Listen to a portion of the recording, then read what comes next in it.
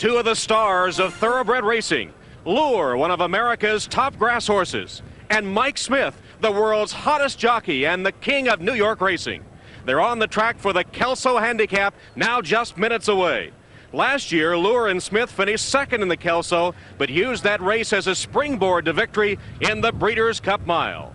Lure and Smith, two of the headliners of Breeders' Cup Preview Day at Belmont Park.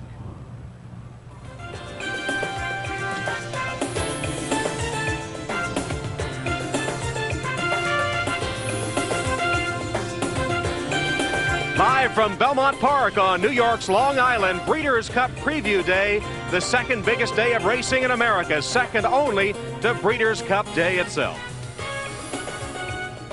Hello, everyone, and welcome to Belmont Park. I'm Tom Hammond. This is the second edition of Belmont's Breeders' Cup Preview Day. From that inaugural edition a year ago, 16 horses went on to compete in Breeders' Cup Day itself, with 5 of them, including Lure, finishing either first or second. Now today we will be bringing you live coverage of 3 races, starting in just a few minutes with the Kelso Handicap on the grass. Then we'll move to the Champagne Stakes, the 122nd running of that race, as Dehere tries to bounce back from his only career defeat. Then the $850,000 Jockey Club Gold Cup as 3-year-olds tangle with older horses. Also today, we'll see the first official Breeders' Cup race, the grueling Breeders' Cup Steeplechase, and as time permits, coverage of the Frizette Stakes for 2-year-old fillies and the Beldame Stakes for fillies and mares. A little chilly in the shade at Belmont Park today. The sun has been peeking out from the clouds. The temperature is in the 60s. The main track is listed as fast. We did have rain the last couple of days, so the turf course is officially soft. Well, we will see established horses such as Lure this afternoon, but also some emerging stars of the thoroughbred set. And for more on that, let's go to Bob Newmeyer. All right, Tom Hammond, you know, stars are the lifeblood of any sport, and racing is no exception. I think today we have 4 2-year-olds that have the potential to be racing superstars. We're going to start off in the Frizette for 2-year-old fillies and mention Strategic Maneuver, a perfect 4 for 4. She'll be challenged by Heavenly Prize, who's only run on 1 occasion, but she was brilliant in breaking her maiden here at Belmont about a month ago. In the Champagne for 2-year-old colts, the highly publicized Dehere. He's run 5 times and won 4 of them. He'll be going up against Crary, another lightly raced horse who's 2 for 2. These 2-year-olds are the stars of tomorrow, but as Tom Hammond mentioned, Lure is a star of yesterday, today, and maybe and tomorrow. He won the Breeders' Cup Mile last year. He's entered at Santa Anita again this year. If Lure could pull off that win, he'd be only the 3rd horse in Breeders' Cup history to win back-to-back Breeders' Cups, Miesk and Bayakoa, the other 2. Tom? All right, Bob, and we're also pleased to have Chris McCarron with us today. He's out on horseback, the former jockey in his natural habitat. And Greg has some insight, perhaps, because he used to ride the Dam, the mother of Lure, in Dehere. Greg is on horseback now, taking a look at the favorite. How's he look, Greg? He looks great, Tom. He just galloped by me. His ears were pricked. He's right on the muscle, taking a good hold of the bit. And like you said, I do have a little extra rooting interest, having ridden his mama for Woody Stevens. When he went by me, he just looked nice and calm and relaxed. And Mike Smith, who's the jock, has arguably had just one of the best weeks any jock could possibly have, and he's just brimming with confidence. I think they are definitely going to be a tough team to beat. Back to you, Tom. All right, Greg, perhaps just a couple of things to mention, and we bring in New York trainer John Veach to discuss maybe some chinks in the armor of Lure. First of all, this is a handicap race. Unlike the Breeders' Cup races, he carries high weight of 125 pounds and will have to give weight to his rivals. And also, he doesn't particularly care for the soft turf. Is Lure beatable today? Yes, Tom. This may not be his day at all. The going is very soft. We've had some rain, as you mentioned, and with 125 pounds, he's giving 5 to 15 pounds to all of his rivals. The coupling of those two may take a lot of his brilliance away, so he is definitely beatable today. All right, Lure carrying a high weight of 125 pounds, but it is at his best distance 1 mile. The purse for the Kelso, named after the great 5-time Horse of the Year, $200,000. The Belmont trained entry, Leck and Paradise Creek at 7-2. Paradise Creek was second to Lure in the Breeders' Cup Mile at 30-1 a year ago. There is a scratch. Home of the Free is scratched. Lure 4-5 favorite at the moment. Darrick at 17-1. The 8-year-old 4-star Dave, the King of Saratoga, at 7-1. Double-digit odds on the other 3 down to A in Sociology, who is at 8-1. Just 3 minutes away from post time for the Kelso Handicap on Breeders' Cup Preview Day. Will it be Lure? We'll find out when we return. Welcome back. Breeders' Cup Preview Day, Belmont Park on Long Island in New York.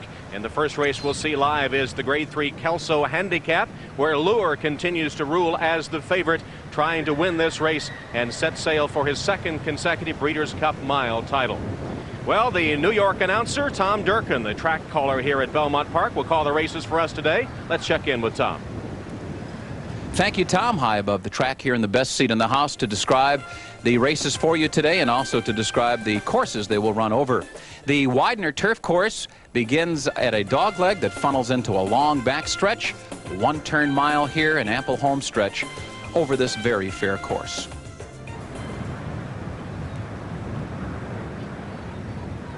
So there, the 1 mile course, and that is Lure's favorite distance. So he continues to rule as the favorite here at 3 to 5 as they load into the gate. Lure was just a so-so racehorse until he was moved to the grass by trainer Shug McGaughey just over a year ago. And in 9 starts on the tour, Lure has won 6, has never been worse than second. Let's go to Tom Durkin. We're moving into post position number 2, and as he does, the tote board here at Belmont Park reads 3 to 5. He might get his early lead. Lure has brilliant speed when called upon. Last year at Gulfstream Park, he ran an opening quarter in 22-2 and 45-4 en route to his wire-to-wire Breeders' Cup mile win. But in his last race, Lure showed a new dimension. Mike Smith got him to relax off the pace. And where he is placed today may offer a clue as to trainer Shug McGaughey's strategy for the Breeders' Cup mile. We're waiting for Flying American and A in Sociology. There's A in Sociology, and he's got some early speed. He might be the early pacemaker. We'll soon find out.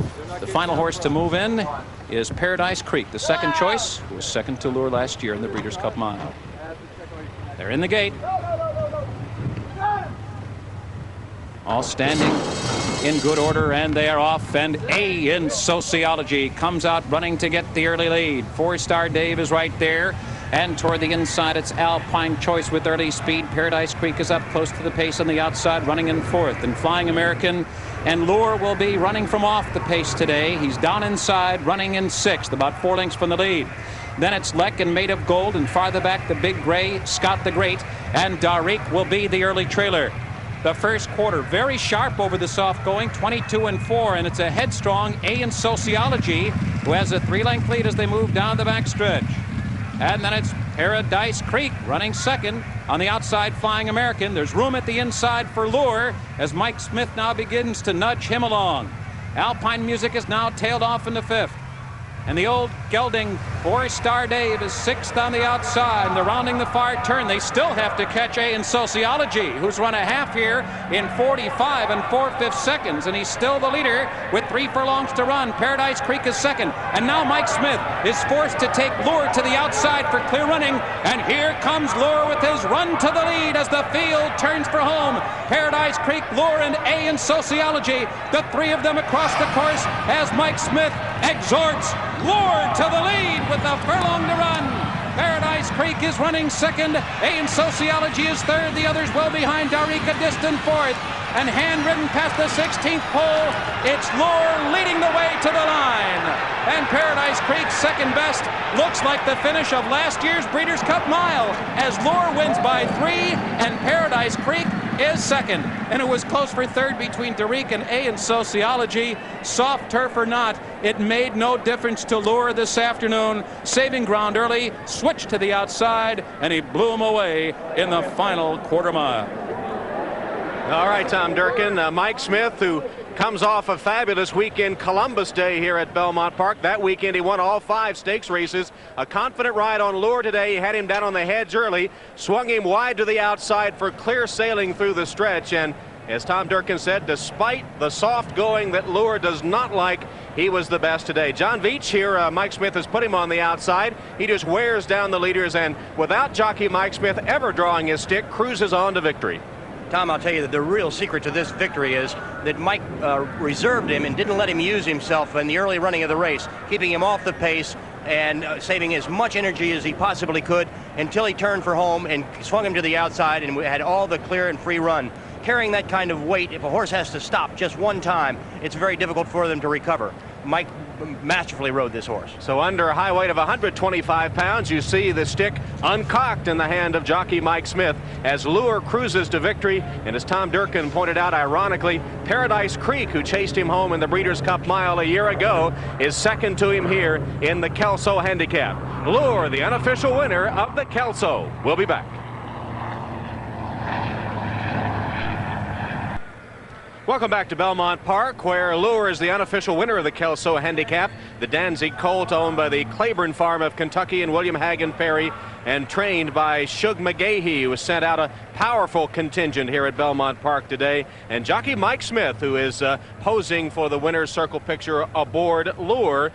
Unlike last year when he finished second in the Kelso to went on to win the Breeders' Cup, he will go into that race at Santa Anita 3 weeks from today off a victory in the Kelso. And that final time of 1:35.3 was a pretty good time considering the soft going after they carved out some surprisingly quick fractions in the rather soggy turf course. So overcoming high weight and overcoming the dislike of the soft going, it is Lure that gets home first in the Kelso, and his record on the turf continues to be nearly impeccable. Now in 10 starts on the grass, he has 7 wins and 3 seconds. His only losses have been to his chief rival Star of Cozine, who is very unlikely to go in the Breeders' Cup races. He would probably head to the Breeders' Cup turf if he did appear at Santa Anita. So Lure will be the favorite for the Breeders' Cup Mile 3 weeks from today. You see Bob Newmeyer there with jockey Mike Smith. Let's go to Bob in the winner's circle.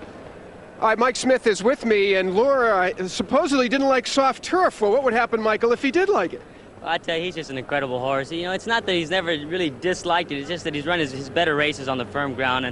And both times it was soft. Look who beat him, a great horse like Star Cozine, so you can't really say he hates it. He tries anyway, but he prefers it a little harder. I know riders like versatile horses. You've won with this horse on the lead, just off the pace. Today it was a little farther back than usual for Lure. It was. I just let him settle. I've gotten to where the horse has so much confidence in himself, and that makes me have that much more confidence in him, and I just let him do his thing. He's just incredible. Well, you have a chance now to become the 3rd horse in Breeders' Cup history to win back-to-back Breeders' Cups, Mike Smith, with Lure. God, that'd be incredible, boy. That'd be incredible. I just hope we get there fine and everything goes right. All right, the hottest rider in America, Mike Smith, smiling once again. Let's go back to Tom. He is that, Bob. I built him as the hottest in the world. I'd put him up against anybody right now. He can do almost no wrong. The result of the Kelso is official, and Lure is the winner. Lure the winner with Paradise Creek finishing second. The prices on Lure $340, $260, $240. Paradise Creek $3 $240. Darik $420. The exacta paying $7.80. Well, Mike Smith is the king of New York riding at the moment, but the queen is missing. Julie Crone out of action after an injury at Saratoga. Let's go to Bob Newmeyer. Tom, here in New York, one generation of riders, Angel Cordero and George Velasquez, have passed the baton to a new generation of riders, like Mike Smith, who I just talked to here, and Jerry Bailey, and of course, Julie Crone, who's the darling of the New York Racing Association. Right here at Belmont Park in June, she was exhilarated when she won the Belmont Stakes aboard Colonial Affair. But that would be only the start of a very eventful summer for Miss Julie Crone. On a Saturday afternoon in August at Saratoga, Julie Crone booted home an eye-popping 5 winners, just the 3rd jockey in the long, storied history of the Spa to win 5 races on a single day.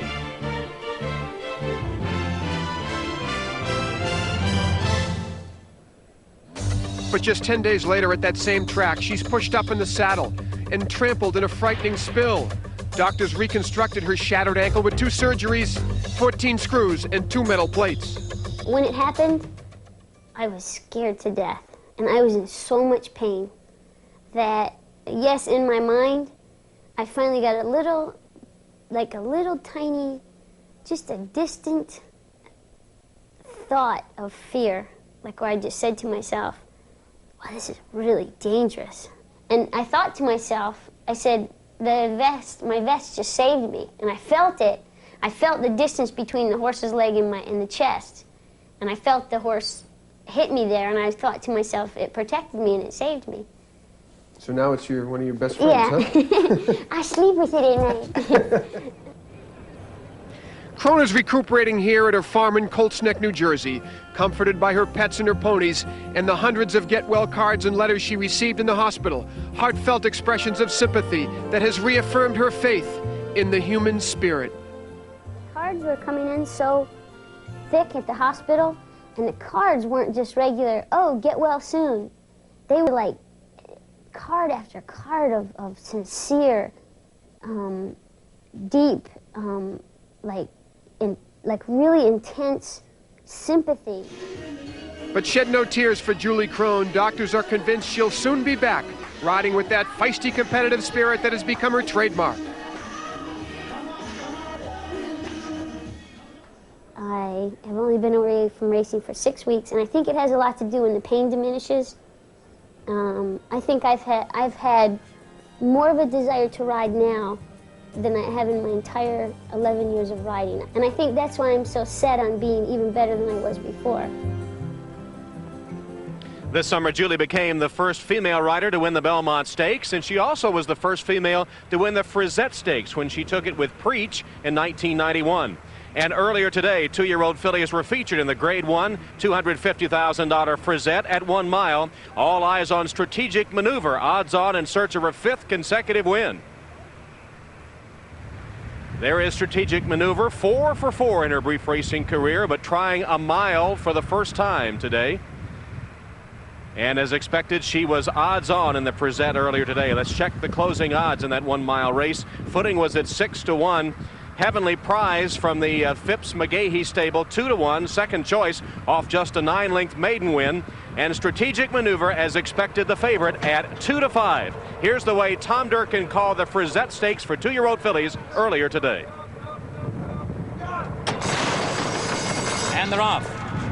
Sovereign Kitty comes out fast, and so does AB's Fancy. Strategic Maneuver broke well in between those two. And here comes Footing on the fence. Moving up the backstretch, AB's Fancy and Footing dueling for the early lead. Sovereign Kitty disputing the pace while 4 wide.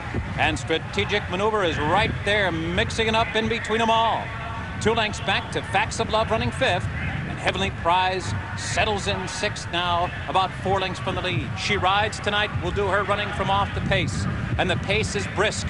The first quarter in 22-4. And 4 of them vying for the lead with 5 furlongs to run. From the rail out, it's Footing, AB's Fancy, Strategic Maneuver, and Sovereign Kitty. Heavenly Prize just off them running in 5th. For the inside, Facts of Love, and farther back she rides tonight. And a sharp half mile of 45 1/5 seconds. And Footing in a tussle here with Strategic Maneuver. Sovereign Kitty is right there on the outside, and Heavenly Prize appears 4 wide as they move toward the top of the stretch. Facts of Love is running in 5th. She rides tonight, gaining momentum from the back of the pack. And at the quarter pole, it's Heavenly Prize in front.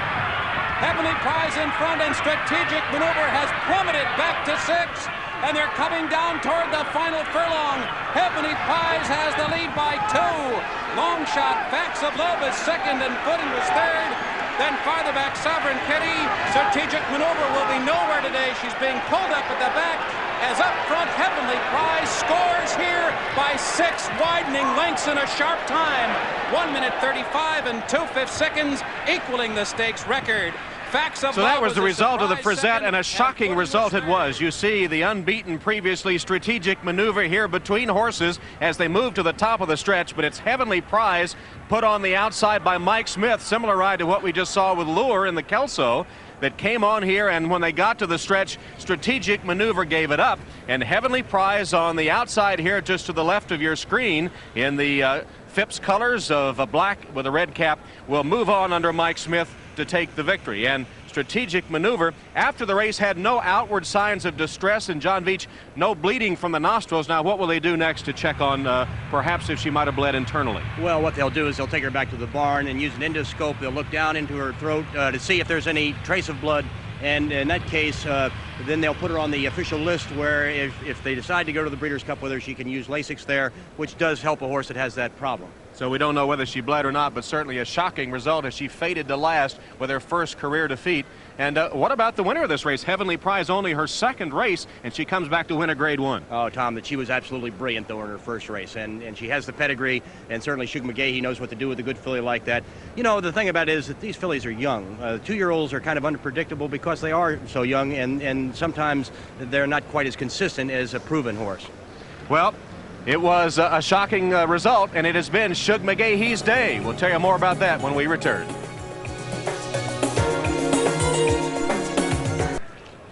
You're taking a look at Dehere, who has lost only once in his life. His only career defeat came on a sloppy track in the Belmont Futurity, his last start, and he will rank as the favorite in the Champagne Stakes, which is coming up. Let's take a look at the morning line odds now for the Champagne. Crary, that's from the Strike the Gold crew, is at 5-1. Dehere, the 2-5 favorite. Sacred Honor at 6-1. You see the other odds there for this 6-horse field that will contest the Champagne at 1 mile. Now let's go to Bob Newmeyer for the story on Dehere.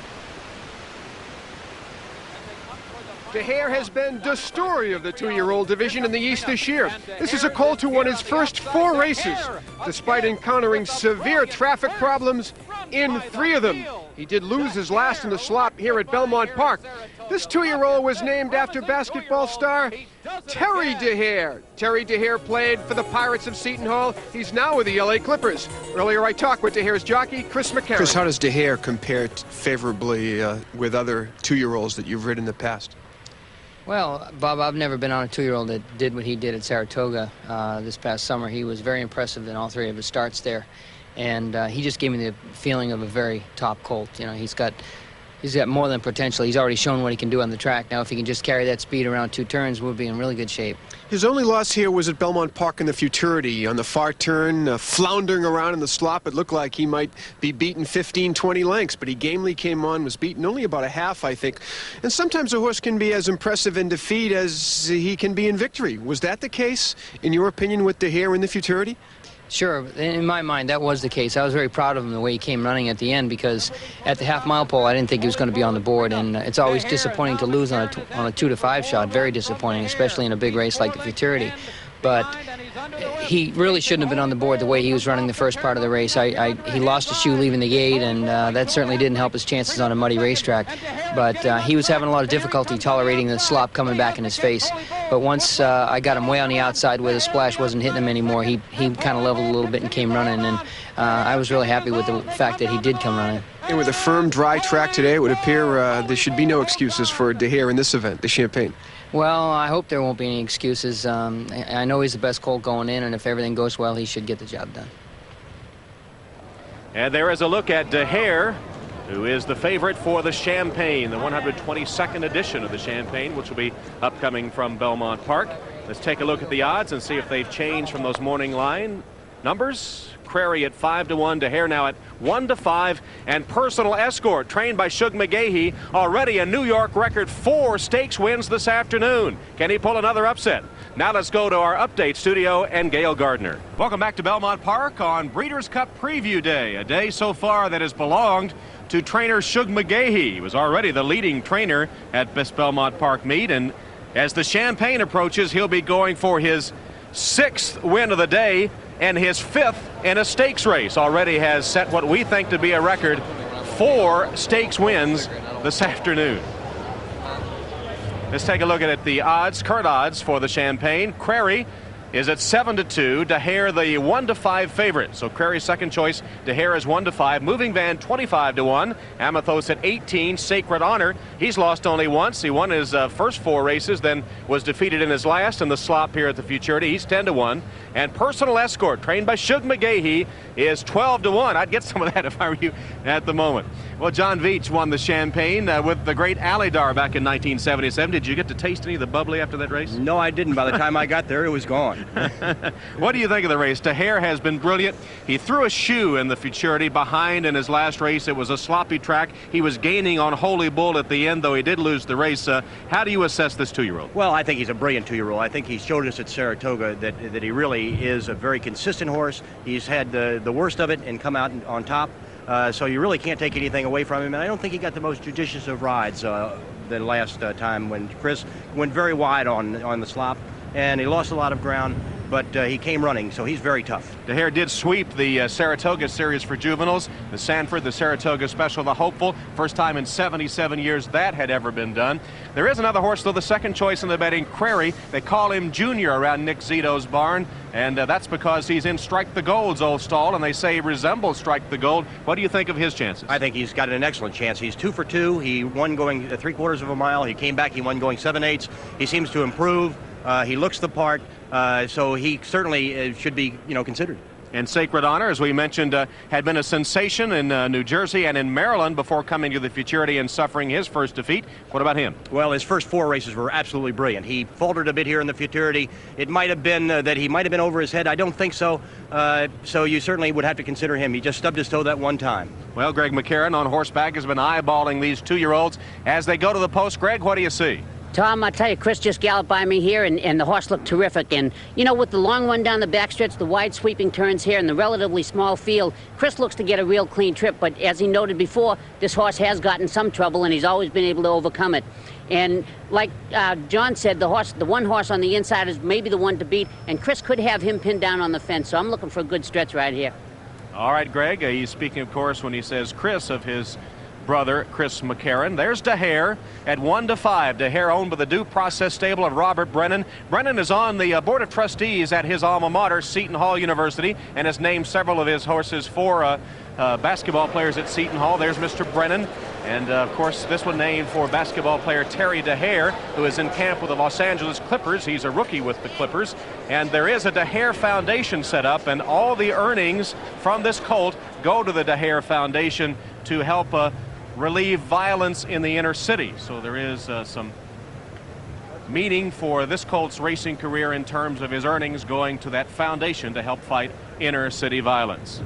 Well, Tom Durkin, of course, will call this race for us as well. The 1-mile course at Belmont. Here's Tom to describe it.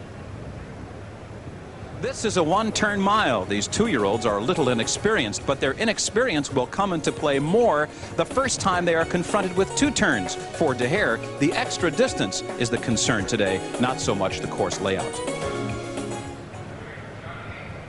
There is Dehere approaching the starting gate. His last race, his only defeat was at 7/8. That's the longest distance he has raced, and stretching out to a mile today. And the mile can sometimes, as we saw with strategic maneuver, John, do some funny things. Yes, it can. Once they start going over 7/8 of a mile, it's a different ballgame, particularly with these young horses that have never done it before. So it certainly can make a difference today. Moving Van is a little reluctant going into the gate, giving Robbie Davis a little extra ride for his money there. And the assistant starters will lock hands behind him and assist Moving Van into the gate. Moving Van, the outsider in the field, the long shot at 27-1. So they continue to load. This is a field of 6 in the Champagne, going the 1-turn mile with Dehere, the 1-5 favorite. Let's go top the stands now to Tom Durkin for the call. Tom? The early pace should probably be provided by that horse, long shot Sacred Honor, although Dehere has the ability to get the early lead if Chris McCarron chooses to do so. But in fact, most of these are horses that do their best running from off the pace. Prairie's a stretch runner, so is Moving Van, Amathos, and Personal Escort won his only race coming from last. And speaking of Personal Escort, there he goes. Those black and cherry silks have been carried to victory in this race 5 times. They're in the gate. And they're off. Sacred Honor comes out running, and he bounces right out on the lead. Dehere is there toward the inside. He broke well today. Moving Van is now back running in 3rd. Amathos is settling in 4th on the outside. Prairie is tucked away neatly at the rail. Personal Escort will be the early trailer as Sacred Honor gets loose on the lead, and Sacred Honor opens up by 4, and Dehere is running 2nd. The first quarter went in 23 1/5 seconds. Sacred Honor alone on the lead, but Chris McCarron is still unhurried with Dehere running 2nd. Prairie is 3rd. He's about 6 lengths from the lead as Sacred Honor continues to get away from them. Amathos is running a distant 4th, and then it's Personal Escort and Moving Van. Sacred Honor, the leader, as they hit the half-mile pole. He's run a half in 46 3 as Dehere draws in closer 2nd. He's within 3 lengths of the lead now, but Prairie is close behind in 4th. Amathos is 5 lengths from the lead on the outside. 3 furlongs out. It's still Sacred Honor. Pat Day still riding conservatively as they come to the top of the stretch. And now Dehere is making his run to the lead. And Prairie is 3rd. Amathos on the outside, and Personal Escort turning for home. Now McCarron asking Dehere for more run, and he's getting it. And in an instant, Dehere takes the lead, and Dehere opens up. Sacred Honor left behind in 2nd, then Prairie and Amathos, and they're inside the final furlong, and Dehere rolls today. Wow, look at him rocket away from the field. Dehere does it here in devastating style. He wins by 4, and Prairie was second. Farther back, it was close for third. Chris McCarron made his move at the top of the stretch, and Dehere, the response was instant, and the response was devastating. All right, all smiles from Robert Brennan and company after Dehere moved by John Veach. This was a shocking turn of foot right here as he just blew by Sacred Honor. Yes, he did. It was just a tremendous reserve amount of strength and power.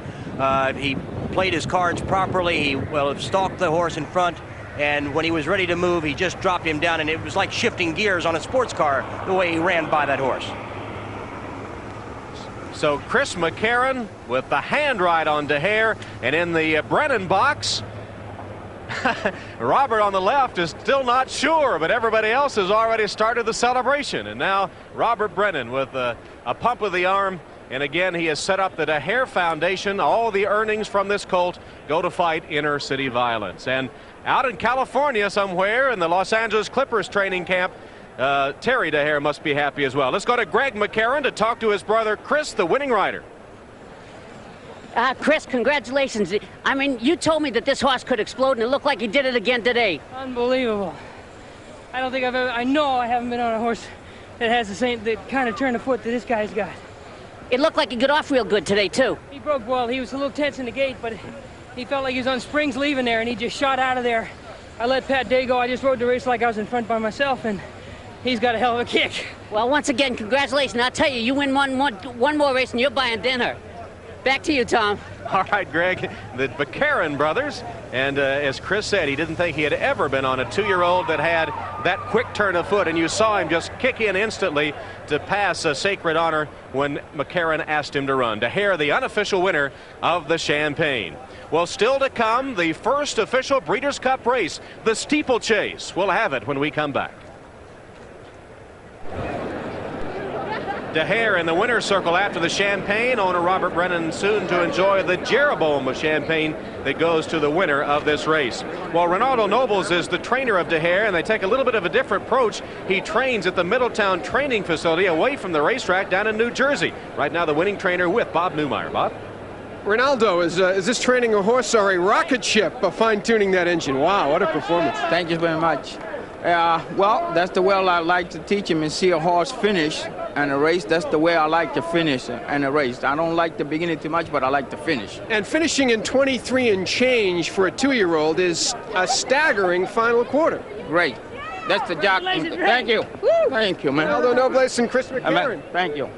Great combination. Is he better than Deputy Minister at this stage? Well, you had Deputy Minister, great horse. Well, his stage is just as advanced as his father was, just about the same as this state. I got to go to the winner's circle. Well, you go to the winner's circle, get your picture taken, and enjoy it. Ronaldo Nobles going to the Breeders' Cup with a spectacular Dehere. Tom? All right, Bob. I think maybe you might want to get a taste of the Champagne as well. That's why he was in a hurry to go. Chris McCarron answering questions after that super victory. He's going to be the heavy favorite in the Breeders' Cup Juvenile. The Breeders' Cup Juvenile is always establishing the favorite for the Kentucky Derby. They just never seem to win it, but this appears to be a special colt. This is a special colt, and of course the Breeders' Cup sometimes comes down to East versus West, and again this year is no different. But if they've got something in the West that can match this horse, he is a rocket ship. All right, well, as we mentioned, the first official Breeders' Cup race was today, not Breeders' Cup Day 3 weeks at Santa Anita. The Breeders' Cup Steeplechase run today. Now, there is only a 3-horse betting interest in this race because of 2 entries. You see the Janet Elliott trained entry of Master McGrath and company. This is the Jonathan Shepard and others entry with Highland Bud, the favorite there to win it for the 2nd year, 3rd time overall, and Lonesome Glory, the champion of last year. Tom Durkin has the course description.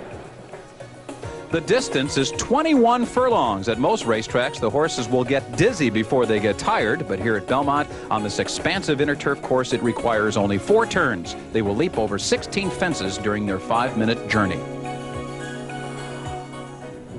And this will be a walk-up start. They will not go from the starting gate as the horses get a look at that first of 16 national fences they will negotiate. Those fences are 52 inches high.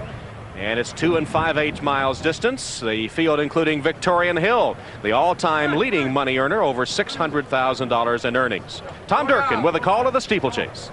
In the start here, they will face the starter. And they are off in the Breeders' Cup Steeplechase.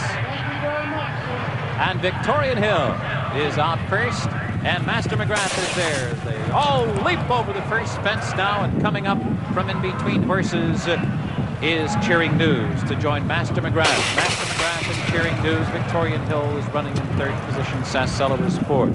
Declare Your Wish on the far outside, running in fifth position now. Pre-op Scrub is in behind horses, a close sixth as they move over that fence. Then far the back, Highland Bud is lingering near the back of the pack with Mystico, who's in those red and white colors early, and down toward the inside, the early trailer is Lonesome Glory.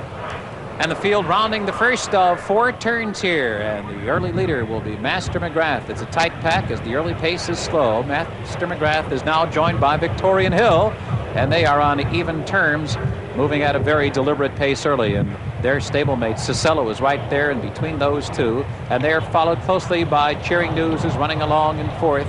Declare Your Wish is fifth on the outside. Mystico down inside running sixth, and now beginning to make progress is Pre-op Scrub, who's in mid-pack as they all move well over that fence. And at the back of the pack are Highland Bub. The last over was Lonesome Glory, who trails the field. Sassello up and over easily, leading by to Victorian Hill, running second now. Pre-op Scrub and Declare Your Wish are both moving together on the outside, all after Sassello, who's fencing well. On the inside, Victorian Hill running second on the outside. Declare Your Wish is running in third. For the inside, Master McGrath now is racing in fourth position, followed by Cheering News and Highland Bud. Pre-op Scrub has tailed off a little bit. Then toward the back of the pack, Mystico, who is second to last. And Lonesome Glory has been the trailer throughout as the field rounds the second turn. It's still Sassello. Sassello leading the way. Victorian Hill is just off his flank, running second. Declare Your Wish on the outside. Master McGrath is right there, saving ground as they make the bend toward the stretch. And then it's Highland Bub and his mate Cheering News, who are running together. And then far the back in the pack, still Lonesome Glory and Mystico as they move by us now for the second time. Master McGrath on the inside, on the outside Victorian Hill, and those two now up and over together. One more lap to run here, and Victorian Hill right there with Master McGrath. Sassello joins them once again, and those three stablemates are across that fence together, and Declare Your Wish makes it 4.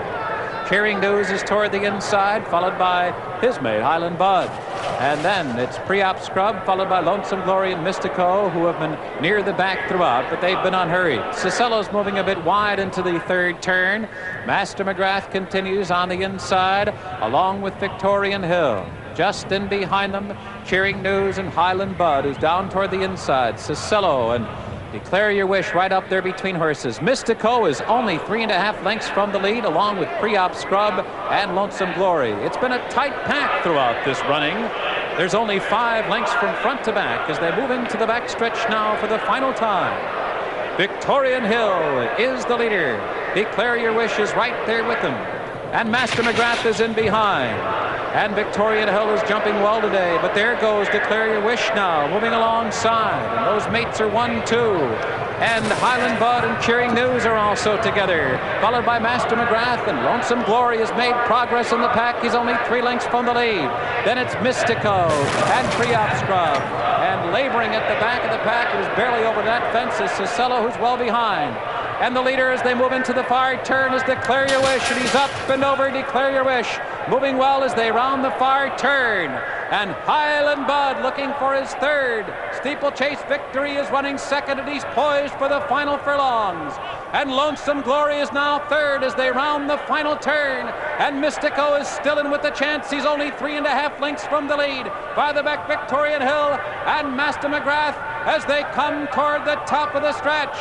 And here is Highland Bud on the outside, who's taken a short lead. On the inside, Declare Your Wish is trying to stay with Highland Bud. Then it's Lonesome Glory and Mystico, who's coming well. Up and over is Highland Bud, and on the outside, Lonesome Glory, the Eclipse winner. And here he comes. And Lonesome Glory takes the lead as they come down to the line. And Highland Bud will be denied victory in this race again, as Lonesome Glory goes on to win here. impressively. He won by 6 open lengths. And Highland Bud, looking for his 3rd victory in this race, was 2nd best today. Farther back, Mystico was 3rd. So Lonesome Glory, the Eclipse Award winner as champion steeplechaser of 1992, wins the Breeders' Cup steeplechase here at Belmont Park in '93. And with win betting only, Lonesome Glory paying $560 with Highland Bud 2nd and Mystico 3rd, $453 and 2/5 the time. And here's the presentation with Mrs. Walter M. Jeffords, the owner, trainer F. Bruce Miller, and his daughter Blythe Miller, who rode the winner, becoming the first woman jockey to win any Breeders' Cup race. D.G. Van Cleef Jr., the executive director of Breeders' Cup Limited, making the presentation earlier today after the Breeders' Cup steeplechase. Now the champagne is official, and Dehere, the winner, paid $260, $220, $210. Query, $280, $210. And Amathos paying $210 to show. The Exacta, a short priced $5.40. Well, we've seen a lot of great racing already, and still a big one to come. The $850,000 Jockey Club Gold Cup.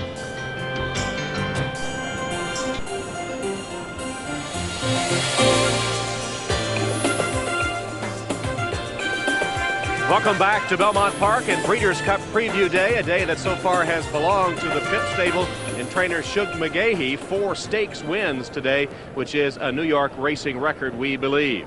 Well, as we said, still a big one to come, the Jockey Club Gold Cup. And let's take a look at the odds for the Gold Cup. Devil His Due, the American Championship Racing Series points champion this year, is 5-2. Diazo, trained by Bill Shoemaker, the late developing 3-year-old, is 2-1. Valley Crossing scratched. He ran at the Meadowlands in the Cup last night. Brunswick at 8-5 is the current favorite. Brunswick at 8-5. Colonial Affair, Belmont Stakes winner, is 6-1. And Miner's Mark from the McGaughey stable is at 7-1. Well, this Breeders' Cup Preview Day is getting us all ready for the Breeders' Cup itself at Santa Anita in 3 weeks. There's some other big racing going on this weekend. The Spinster Stakes at Keeneland tomorrow, featuring Passiana. She'll be trying to repeat in the distaff, and the Spinster has produced 6 winners of the distaff over the first 9 runnings. Also the Rothmans in Canada, and a lot of racing at Santa Anita itself, which will prep horses for the Breeders' Cup in 3 weeks. In fact, Best Pal, a California favorite, is in the California Cup today. Let's go to Trevor Denman at Santa Anita for a report. Trevor? And while a lot of the Breeders' Cup action today is at Belmont Park, a number of local trainers have elected to stay at Santa Anita, and one of them is trainer Gary Jones, who will run Best Pal, the richest California bred in history. Gary, the reasoning behind not sending Best Pal back to New York today? Well, he's basically never handled those tracks back there too well, and we know he likes Santa Anita, and we needed a good prep, so why not do it over his home court? And what about the 2-year-olds? You've got Ferrara and Winning Pack. Do you think, having run on the track as young horses, a lot of the Eastern horses haven't been here, that could be in your court? Well, I think it depends on what the track's like on that particular day, what the weather's like in between now and then. But I think if it's a track similar to the day they ran in the Norfolk, I think it'll be a definite advantage for the Western horses. Let me ask you about the local riders as well. You'll obviously be using Los Angeles-based riders on Breeders' Cup Day. Do you think there's any advantage using a local rider over a guy who might not have seen the track or might never have ridden over the track before? Oh, I definitely feel like the riders have a beat on what's going on, when you move, when you don't move, stretches deep, and all of that. And I think it'll be a tremendous advantage as far as Breeders' Cup goes. Well, we wish you the best of luck 3 weeks from today, right here at Santa Anita. Now let's take it back to the action at Belmont Park.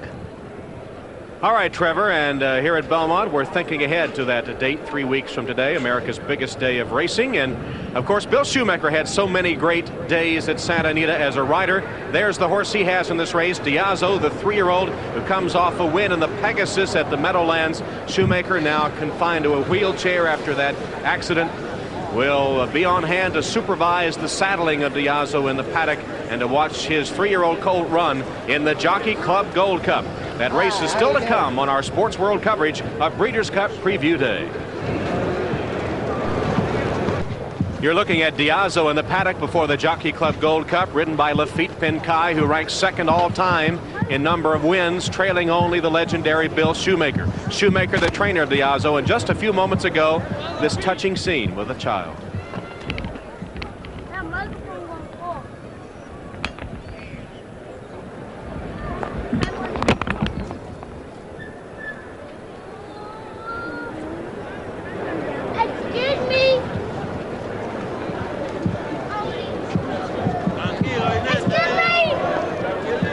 couldn't we all kiss the hand of a man who has meant so much to racing. And now Diazo, his 3-year-old colt, getting ready to come onto the track under Lafitte Pinkai in the colors of Alan Paulson. Let's check the odds now for the Jockey Club Gold Cup, the race run at 1.25 miles. Devil His Due is 2-1, and so is Diazo. Valley Crossing scratch. Brunswick continues to rule as the favorite.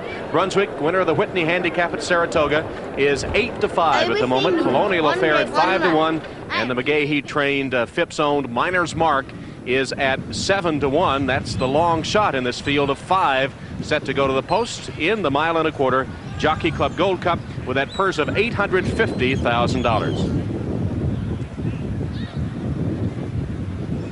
Well, John Veach nearly choked up with that scene with Bill Shoemaker in the paddock, but his horse has a real chance here. He really does. His last 2 races have been very good. The only thing is he's a 3-year-old, and it takes an exceptionally good 3-year-old to beat these older horses. In the last 10 years, only the exceptionally good easy-goer has accomplished that. You know, there was a stretch of time there, late 40s and the 50s, when 3-year-olds won almost all the time, but as you mentioned, not much lately. What's the reason for that? Well, I don't think there's any real reason for it. It's kind of a cyclical thing, and our 3-year-olds sometimes now are not running against older horses until the very end of the year, particularly in the Breeders' Cup. So sometimes we don't see the best 3-year-olds against the older horses. And you see the horses making their way to the track for the Jockey Club Gold Cup, and in this race, the 3-year-olds do get a weight break. The 3-year-olds carry 121 pounds, while the older horses carry 126. There's Devil Is Due. He's earned over $2.5 million. The points winner in the American Championship Racing Series, winner of 3 Grade 1 races this year, but loser in his last 3. Well, Tom, you really can't take anything away from this horse. He's what you might call a workmanship horse. He's been in the money his last 8 starts, so he's picked up a check every time he's touched the racetrack the last 8 times. And number 2 is the Shoemaker trained Diazo. After a 5th in the Kentucky Derby, he laid off till August. He's come back with 2 straight wins. And that freshening seems to have made a difference to him. As I said before, his last 2 races have been very good, but today he takes on the big boys. 3 Valley Crossing was scratched to a move to number 4, and that's the favorite, Brunswick. He was the morning line's second choice, ridden by the hot jockey Mike Smith. He comes off 3 straight victories. He won the Whitney Handicap at Saratoga, though he was getting 10 pounds that day from Devil Is Due. Yes, Tom, but you know, it's an amazing thing about this horse is, as you say, his last 3 races were absolutely brilliant. And his last race, which is a handicap, he was assigned 121 pounds, and the trainer asked for 4 additional pounds at 125 so he could get used to the weight for today. First time in history a trainer asked for more weight. You're looking at Colonial Fair, who won the Belmont Stakes earlier this year, with now sideline Julie Cronenbourg, but he hasn't won in 3 starts since the Belmont. Yes. And the thing about it is that, again, as I say, it takes an exceptionally good 3-year-old to beat these older horses that are very professional. And this horse may not be that good right now. And number 6 is Miner's Mark, the 3-year-old who won the Jim Dandy at Saratoga. And the dam of Miner's Mark, the mother of Miner's Mark, is Personal Escort, who won the Breeders' Cup Distaff in dramatic fashion in 1988. A horse very deep in family, Tom, but it may not help him today. But he's trained exceptionally well for this race, but nothing has gone right for him since the Jim Dandy at Saratoga. Well, he's got the right connections. McCarron aboard, and McGaughey, the trainer, as he just joining us. McGaughey already with 4 stakes wins, 5 victories overall on this Breeders' Cup Preview Day card at Belmont Park. We're just about 3 minutes away from the Jockey Club Gold Cup. We'll have the race when we come back. There are the resident geese here at Belmont Park who take up residence during the winter months and enjoy this beautiful setting of Belmont Park. Current check of the odds for the Gold Cup. Devil Is Due and Diazo continue to rank as co-second choices at 2-1, with Brunswick 9-5 or 8-5 as the favorite. Colonial Affair 6-1, and Miner's Mark at 7-1. Brunswick 9-5 as I get a closer look at those odds. So Brunswick, who just galloped past us, a grand-looking colt and is the favorite here for the Jockey Club Gold Cup. Well, this race has been run at several different distances. At one time it was 2 miles, for many years 1.5 miles. Currently run at 1.25 miles. Tom Durkin takes us through the course description. Belmont's 1.25 mile races begin on a turn. In truth, not the fairest place to start. There is a ground-saving advantage to inside horses, but a small field today minimizes the drawback for the outsiders. 5 horses traveling the 1.25 miles with that rather awkward start. And Greg McCarron has been on horseback all afternoon and is taking a look at these horses as they approach the starting gate set on the turn. Greg, what do you see? Well, Tom, I'll tell you, I think you hit the key. You got a real small field here, And going a mile and a quarter, basically the jocks will know where everybody is at all times in here, and it almost becomes like a chess game. You're always going to look for that one little advantage that you might be able to get, or trap somebody, or just the one little bit of a move that you might be able to make that will make the difference in winning and losing. And I tell you, I just watched Devil Is Due go by me. He's a black colt, and he's just as shiny as can be. I've never seen dapples on a black colt before. He really looks the picture. And I guess his main rival right now is Brunswick, and he looks just about as good. Back to you, Tom. All right, Greg, the horse is loading into the starting gate now for the mile and a quarter Jockey Club Gold Cup. The purse $850,000. Brunswick still the 9-5 favorite, with Devil Is Due and Diazo at 2-1 each. The horses loading into the gate now for this race, the final live race we'll have for you today on Breeders' Cup Preview Day from Belmont Park. You see number 2 Diazo into the gate in the PAULSON colors, then Brunswick the favorite at 9-5. And let's go to Tom Durkin for the call of the Jockey Club Gold Cup. And we're waiting for Colonial Affair and Miner's Mark. Underlining what Greg McCarron just mentioned, this may very well be a rider's race. Not one of these horses likes to go to the lead. Let's see who takes the initiative in this Jockey Club Gold Cup. They're in the gate.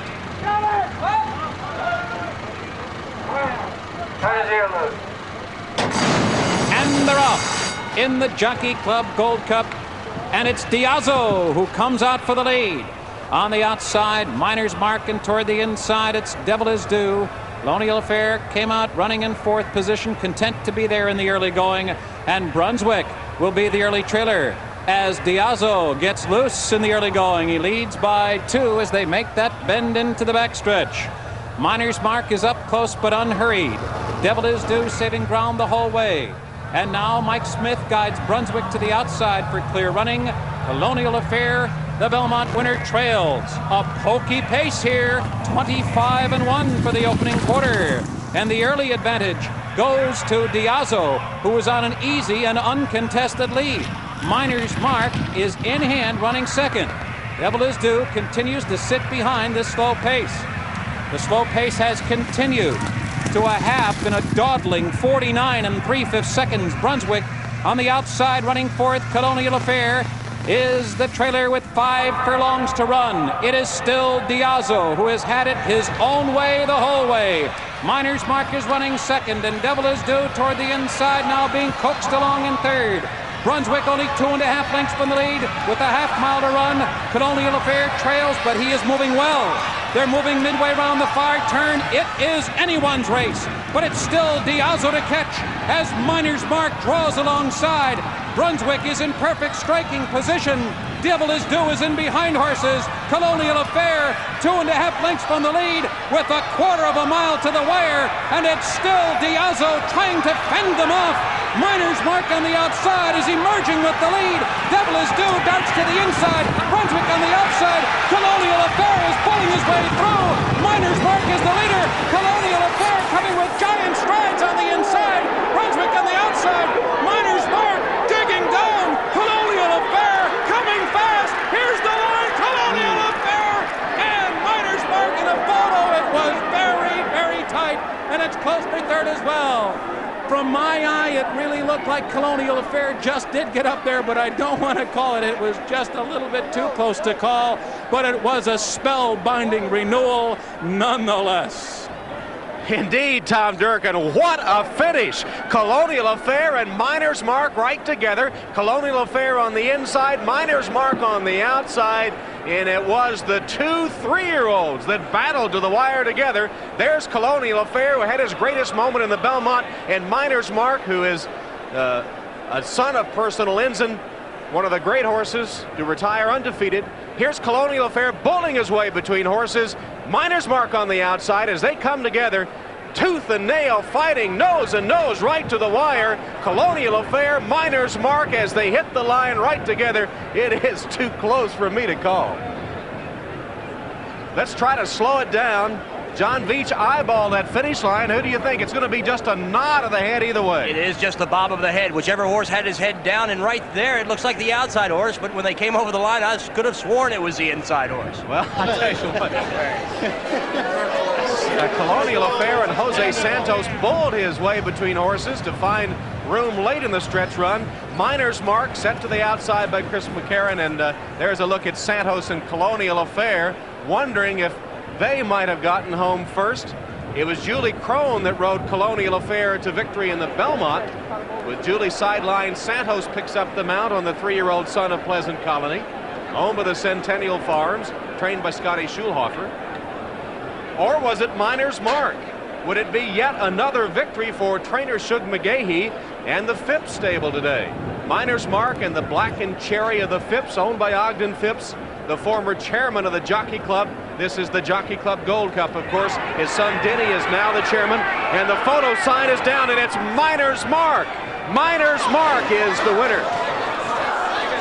Miner's Mark has just edged Colonial Affair as the numbers go up on the board, with Brunswick finishing third. There's Miner's Mark. Chris McCarron gets another win. But for Ogden Phipps and Shug McGaughey, it is a day of all time at Belmont Park. Let's go to Greg McCarron. All right, Chris, here we go again. I know I got me a dinner coming. Way to go, bro. I got to catch a plane. You're out of luck. It looks like you had a real good ride. Oh, this horse really fired big today. He didn't like the track last time, and he got away clean today. And all the guys in the room want to send their prayers to Roger Van Hooser. God bless you, Roger. Oh, that's neat. Roger's the next rider that's having a little trouble right now, and he's a good old guy. And here we go. Back to you, Tom. Unofficially, Miner's Mark has nosed Colonial Affair in the Jockey Club Gold Cup. The results still unofficial in the Jockey Club Gold Cup. Miner's Mark by a fraction beating Colonial Affair, with Brunswick third. And right now Bob Newmeyer's with Jose Santos aboard Colonial Affair.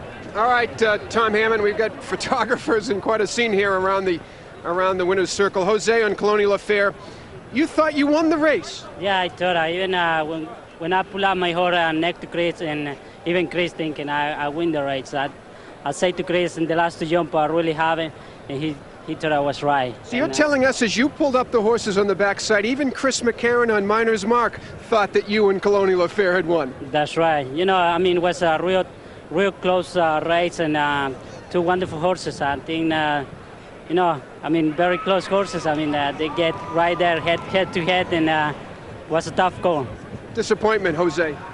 Disappointment a little bit with the stretching maneuver, but the horse had to get big ones. All right, Jose Santos on Colonial Affair, a tough luck nose loser here in the Jockey Club Gold Cup, but I have with me the man of the hour and the man of the racing decade, maybe, in Shug McGaughey. And Shug, I mean, never in your wildest dreams could you imagine a day like today. Never at all, Bob. You know, it's just, I'm thrilled. I'm tickled for, you know, my horses. I'm tickled for the people I train for, and you know, this horse being out of Personal Ensign and running a race like this today is a real treat. You know, when you're hot, and now you have a nose and a photo and a very close finish. And you got to think maybe the gods are on your side, Shug, after you've won so many, that if it's going to go your way, today's the day. Yeah, somebody was on my side today. You're right about that. And, you know, it's quite a thrill. I don't really know what to say. And, you know, it's something I'll, you know, have the rest of my life. Congratulations. What a day for Shug McGaughey. Tom? Absolutely. I would be speechless, too. There's the trophy that the Phippses will be accepting. Shug McGaughey with his 5th stakes win this afternoon and his 6th overall. He began the day with an allowance victory with Regal Solution. Strolling Along won the Lawrence Realization. Then Heavenly Prize, the Frizette. Dispute took the Beldame. Lure, the Kelso. And now Miner's Mark in the Jockey Club Gold Cup as Richard Jones, Jockey Club steward, makes the presentation to Ogden Phipps. We'll be back.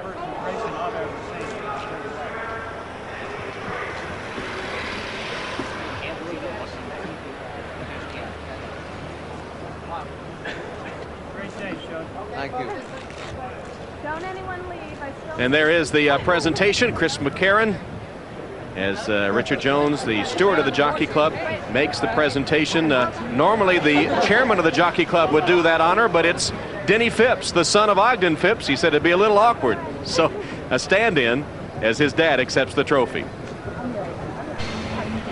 All right, Gail, and here's a look at the official photo in the Jockey Club Gold Cup. Miner's Mark, number 6 on the outside, getting it by a nod of the head over Colonial Affair, who's on the inside. And the result now official, Miner's Mark paying $18.80, $7.20, and $2.80. Colonial Affair second, Brunswick third, the Exacta returning $87.60.